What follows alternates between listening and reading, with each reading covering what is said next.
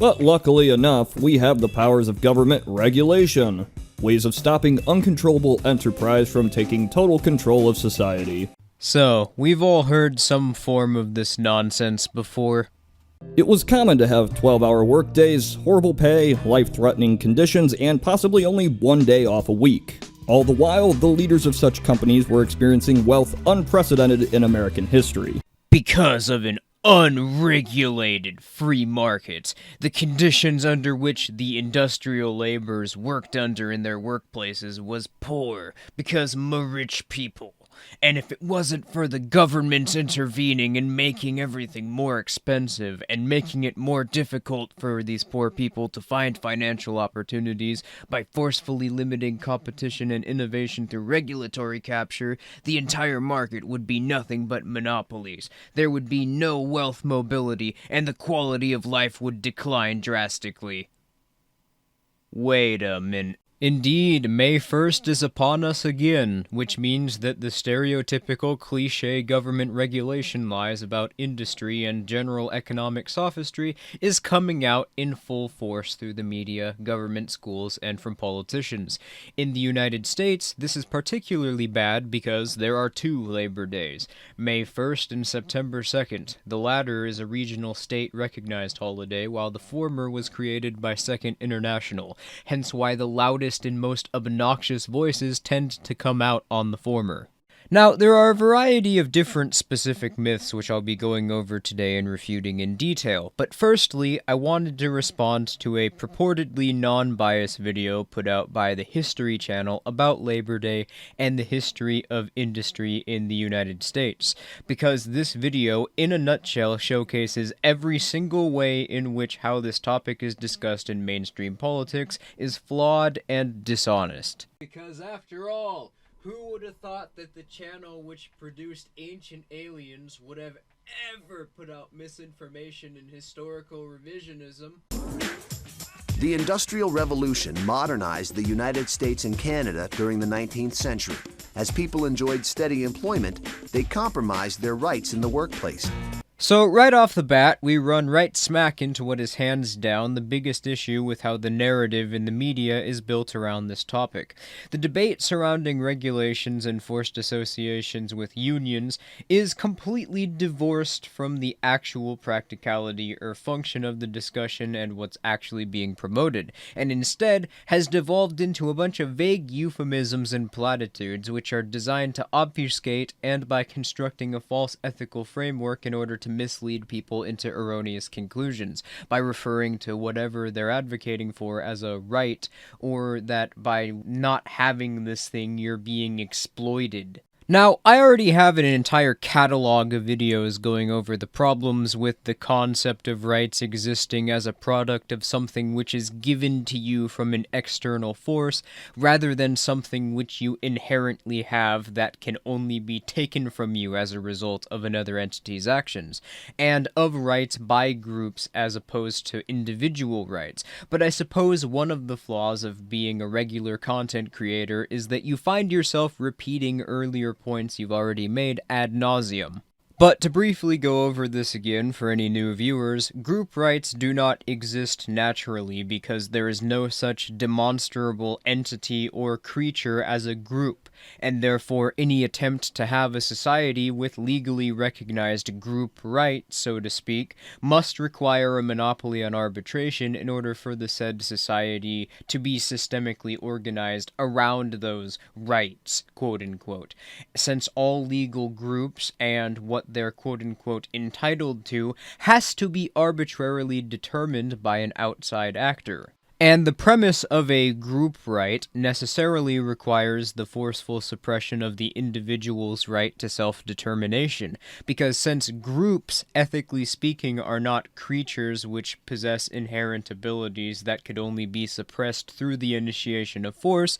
the only way for a group to be entitled to anything would be for it to be provided by one or more entity, and could only serve a materialistic purpose. So, if a group is entitled to resources produced by individuals, then this means the individuals are forced to associate with it, which of course, by definition, would make this arrangement a form of slavery. The popularity of this absurd notion is no doubt a side effect of the state constantly pushing the idea that without it, there would be no way to demonstrate what's ethical versus what isn't, blurring the lines between the ethical and unethical, since this statement inherently implies that rights are subjective. The irony, of course, being that as a direct result of the state's monopoly on arbitration, what is or isn't legal is entirely arbitrary and determined by politicians, and that the only way to have objective ethical standards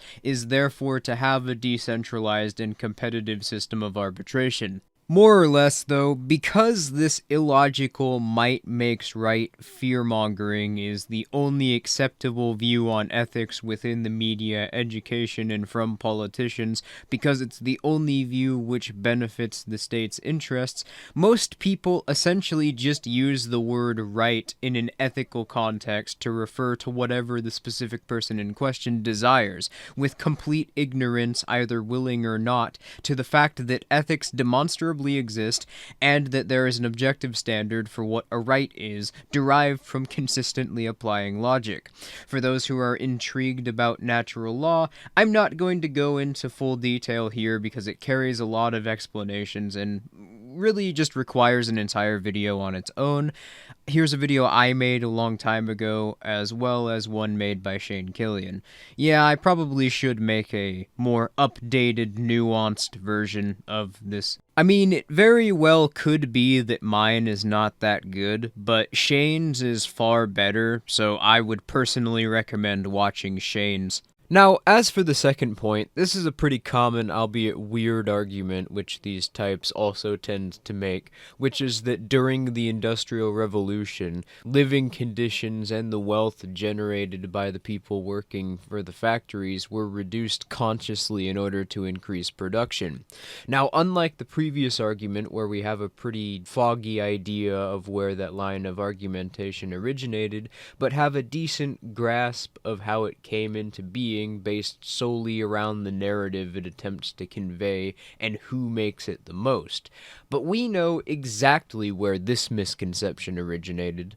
Back in the early to mid-19th century, pretentious white-collar wannabe philosophers who were born to high-income families and grew up with silver spoons in their mouths, basically the era's equivalent of hipster journalists who were employed by BuzzFeed, .Mike, or equally lowbrow clickbait news sites, wrote books and articles arguing that living conditions were awful under industrialization and that the people who were working in the factories would be happier if they went back to where they were previously, living on farms. Probably the most mainstream and influential of these writers was, and arguably is, Charles Dickens, specifically in his book Hard Times, published in 1854. Now, you may be thinking that my characterization of Dickens and people like him was just an ad hominem, but actually it's the main reason why people like Dickens possessed this sort of idyllic and romanticized view of medieval agriculture,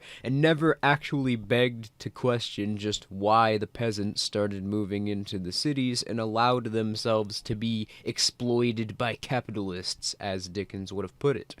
This is because, as crazy as it may be to think from our current standards, mid-19th century factories and cities were actually a step up in workplace safety, pay, and living conditions compared to what living on a farm was like previously. See, Charles Dickens, on top of being completely illiterate in terms of understanding markets, to the point where if his knowledge of markets was applied to world history, he'd have made a great host for Ancient Aliens. But he never actually saw farm life or experienced it. Farm laborers of the period constantly ran the risk of being gored or crushed to death either by unpredictable farm animals or equally dangerous and unpredictable machinery, which is a big part of the reason why the average life expectancy increased as significantly as it did during the Gilded Age in the industrializing nations. Also, this video seems to be framing the Industrial Revolution as some sort of state policy, and indeed, this is a somewhat common argument made by the people promoting the regulatory view of industry, which, to be fair, they're technically correct in the sense that the Industrial Revolution happened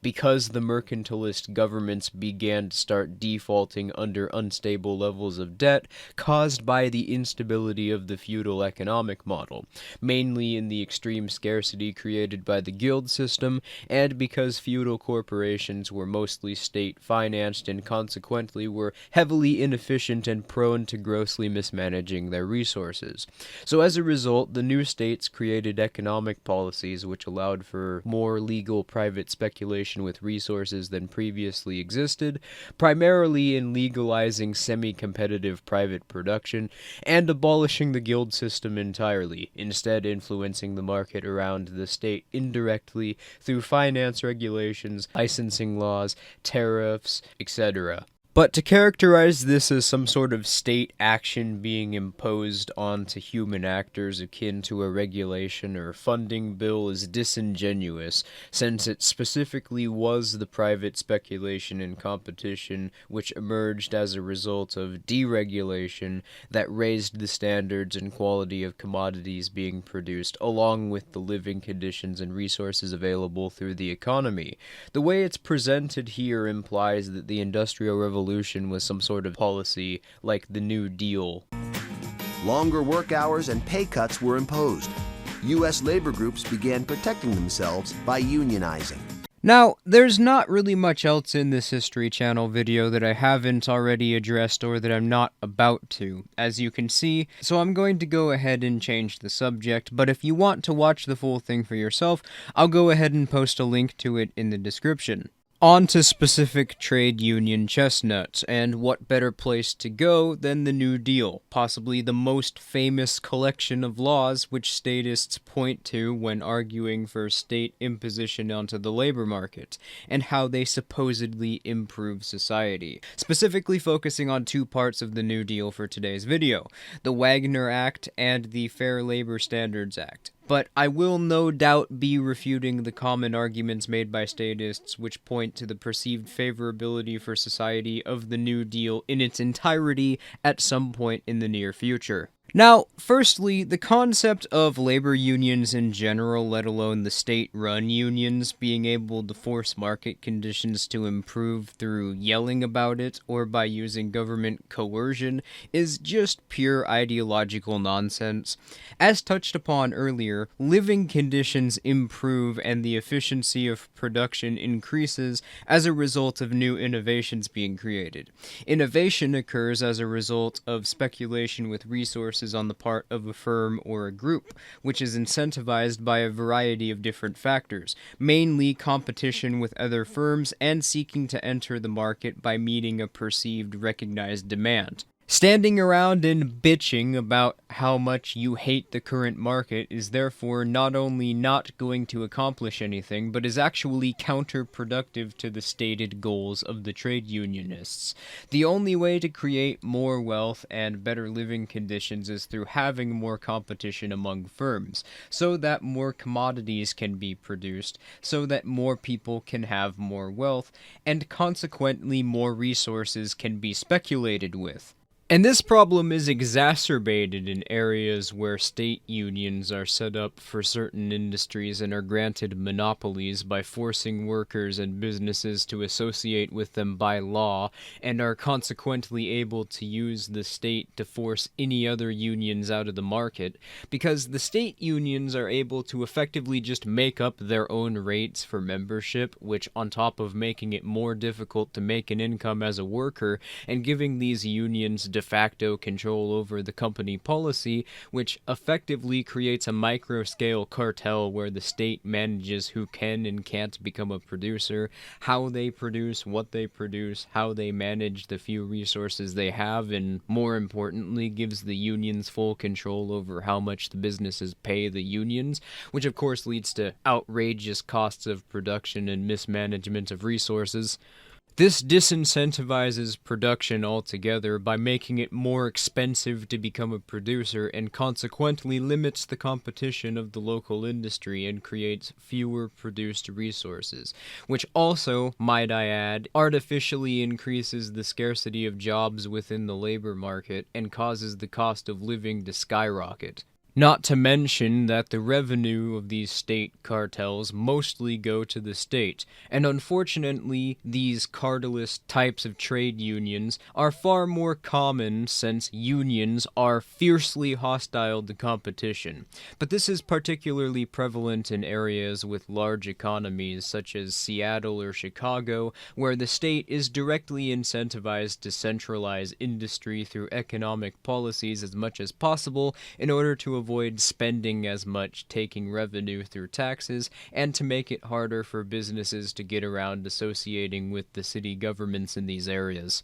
At best, trade unionism in the former sense is an exercise of futility and a waste of time and energy which otherwise could be used producing more resources and consequently moving towards the actual innovations which would lead towards working conditions and the overall quality of life improving. At worst, in the latter cartelist sense, trade unionism is a modern incarnation of the feudal guild system. So, how do I explain wages and salaries increasing or the presence of child labor in the workplace going down and working conditions improving directly following these state-imposed restrictions? There's literally not even a correlation between these things in the New Deal. In fact, there's a considerable amount of evidence, such as increased currency inflation and the real cost of living skyrocketing in contrast with earnings, which suggest that the New Deal being signed demonstrably prolonged the Great Depression by a few years.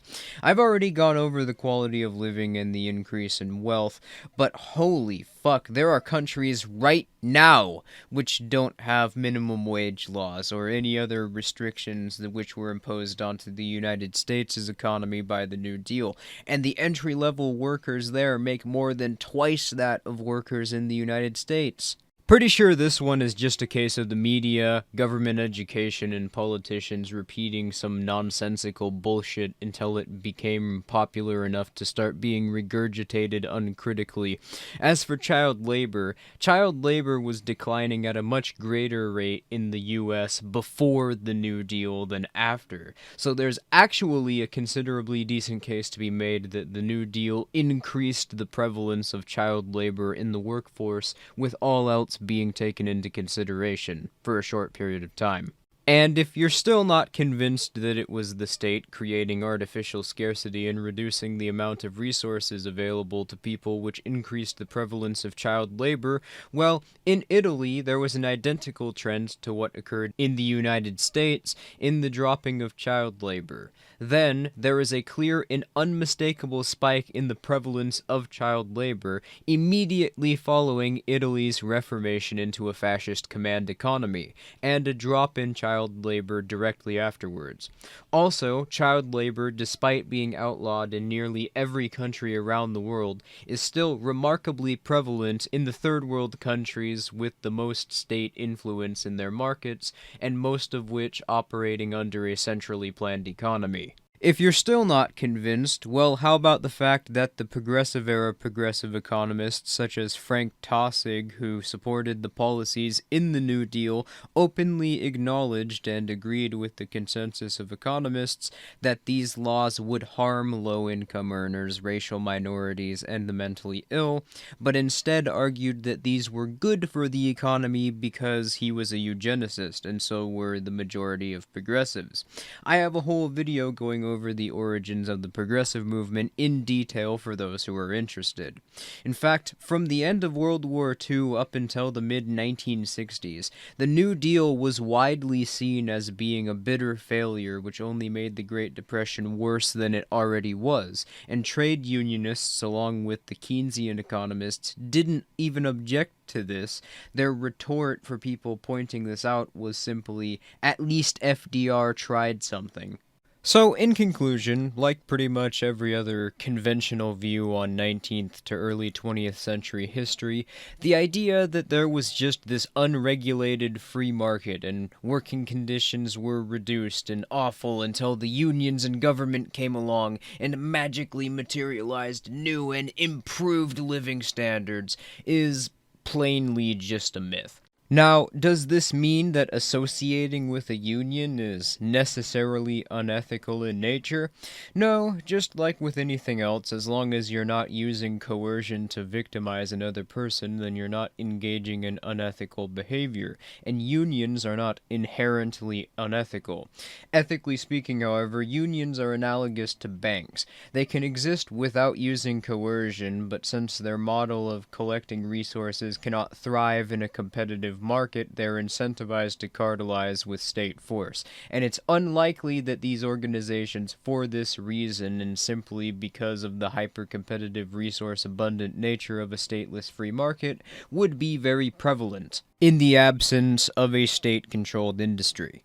So does this mean that as a trade unionist that you shouldn't do anything or that the status quo is God? No, it just means that your methodology is flawed and your conclusion is inaccurate. The problems which you're against are directly caused by the state. A productive and demonstrably effective alternative which I'd personally suggest, and I have quite a few videos going over on my channel, is counter-economics and open source development. If you and your friends are fed up with your working conditions under these state-propped and funded oligopolies, or just the state taking your revenue and are also pissed off at the government itself, and you want to change things, design new and innovative products which are deliberately intended to subvert the market as it currently exists, and would undermine the state along with its politically connected corporatist firms in the process of making you a shit ton of profit and encouraging other people to trade around the state.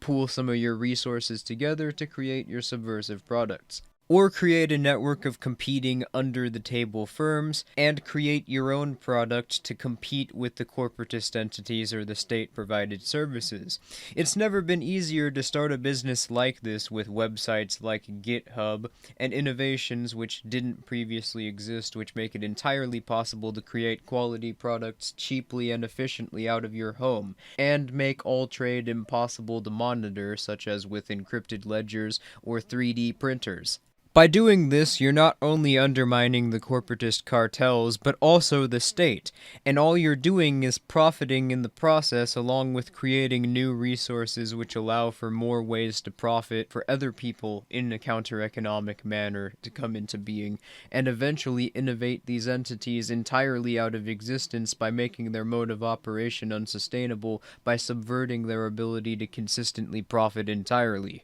Anyway, that's all for today's video. If you liked it, please comment, rate, and subscribe, and I will see you all next time.